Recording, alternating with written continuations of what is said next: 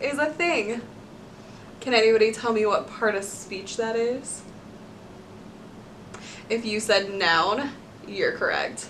Maybe you don't need this review as bad as you think. Good morning, good afternoon, or good evening. Whatever time you are doing your learning, I'm here for you.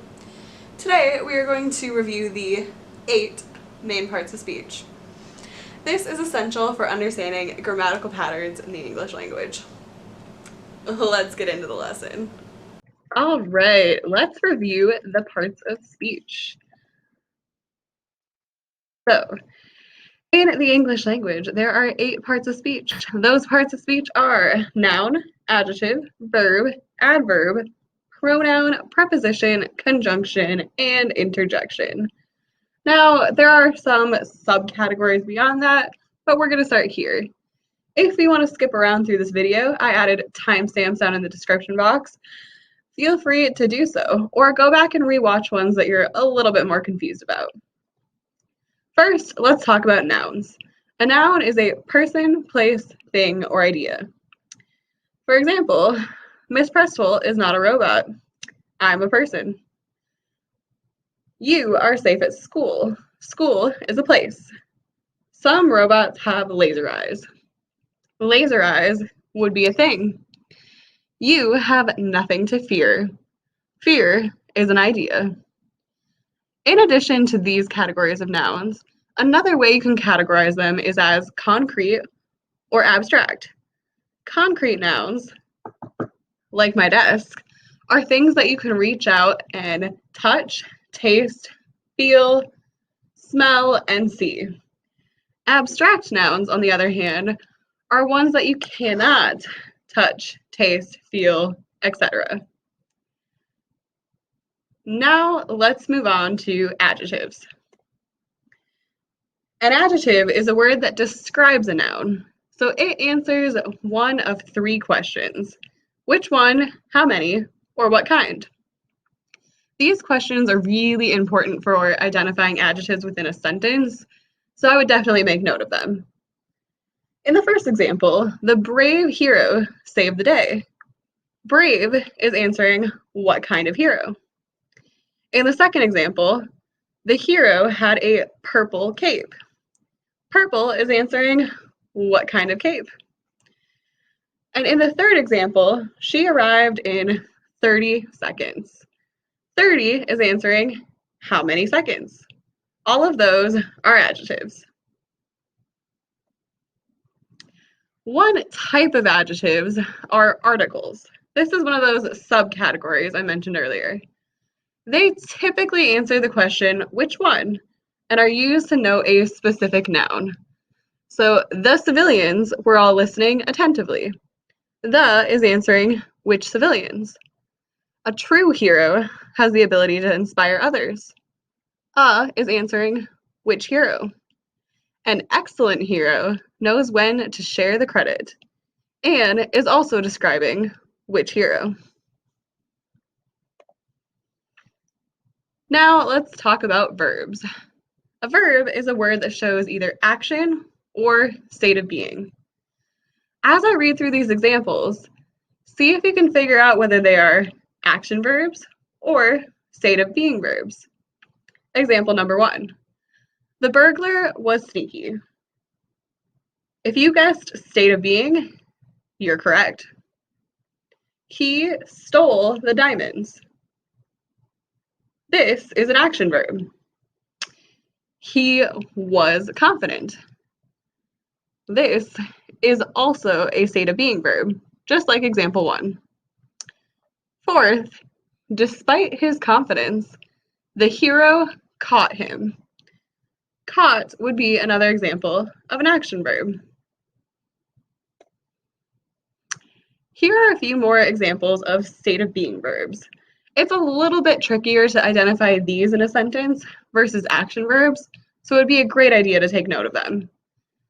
Some are am, as, are, was, were, being, been, be, and is. Next, we'll talk about the adverb. An adverb is a word that describes a verb. So similar to an adjective, but it describes a verb instead of a noun. It answers one of 4 questions: how, when, where, and why.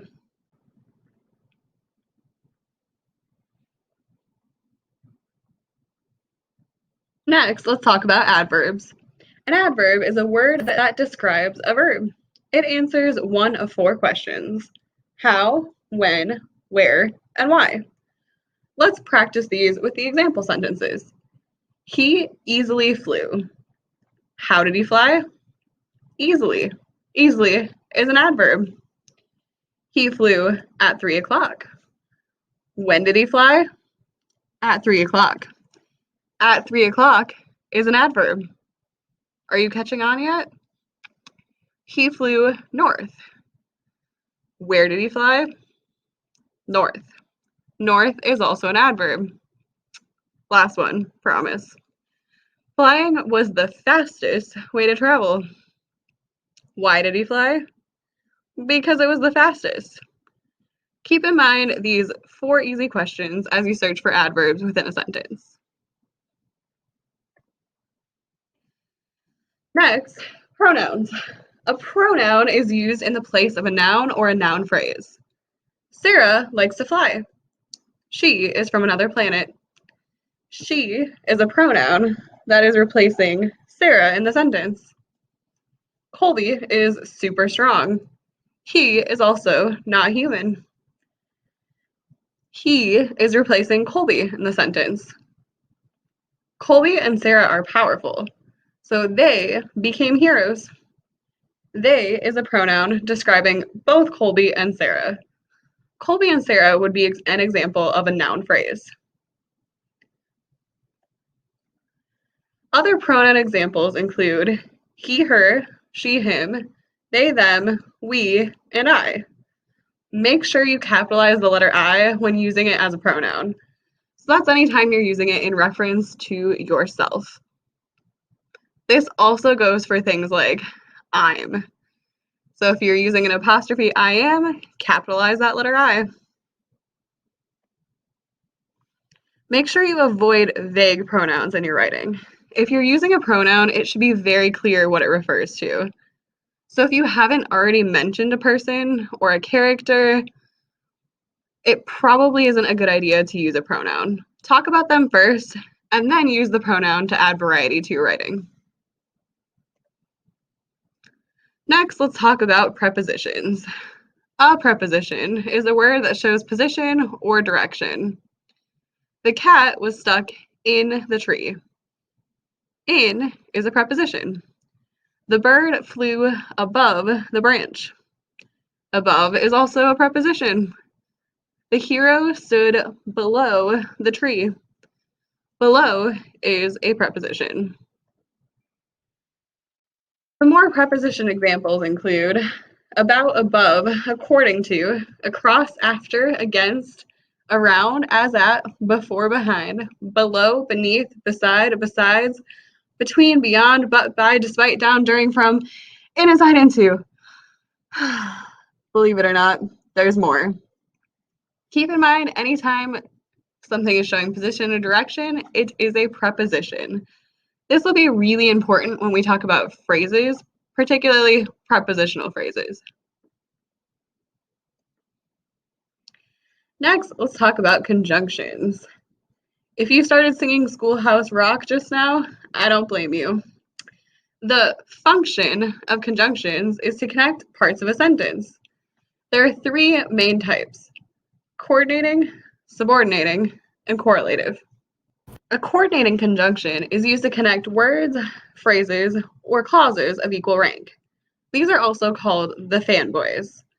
Coordinating conjunctions include for, and, nor, but, or, yet, and so. For example, Sarah has the power of flight and super strength, and is a coordinating conjunction. Colby has super strength, but cannot fly. But would be a coordinating conjunction. Notice that there's a comma before but. Something that's really common with coordinating conjunctions, especially when they introduce something contradictory in the sentence, is that they will have a comma either before or after them. Make sure you look out for commas whenever you're introducing a coordinating conjunction into a sentence. In the third example, they are not equally powerful, yet they work well together. Yet is also a coordinating conjunction that introduces something contradictory, so it has a comma in front of it.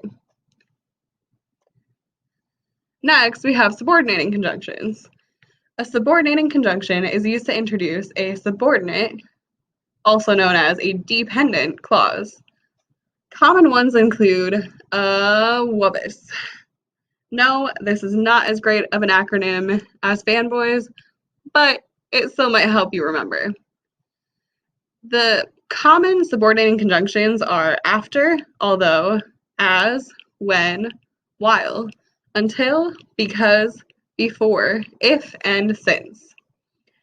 For example, because it was raining, they postponed the game. Because it was raining is a dependent clause introduced by because, a subordinating conjunction. After the rain stopped, they rescheduled. After the rain stopped is also a dependent clause introduced by after, a subordinating conjunction. And finally, the team played cards while they waited.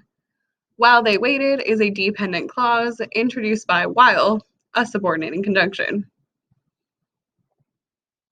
The final conjunction type we'll talk about is correlative conjunctions.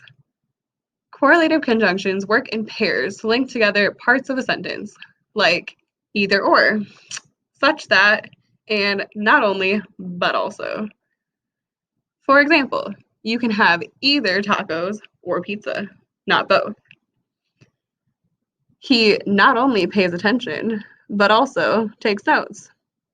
And finally, such was his strength that he could lift a car. The last part of speech we will talk about is interjections. Interjections are abrupt remarks made as an aside or an interruption into the sentence. Oh, that's unfortunate. Wow, this is a long lesson. Yes, we are almost done. And finally, okay, I'll finish up shortly. All of those red words are examples of interjections. Let's do a quick review. An adjective describes a noun and answers the question, which one, how many, or what kind. An adverb describes a verb and answers how, when, where, or why. A noun is either a person, place, thing, or idea. A pronoun replaces a noun to increase clarity. A verb states action or state of being. A conjunction connects or links words, phrases, and clauses. An interjection interrupts a sentence. Finally, a preposition shows location or direction. Now you should know all of the parts of speech. If there's something you're confused about, go back and look at it again. Thanks for listening. Have a great day.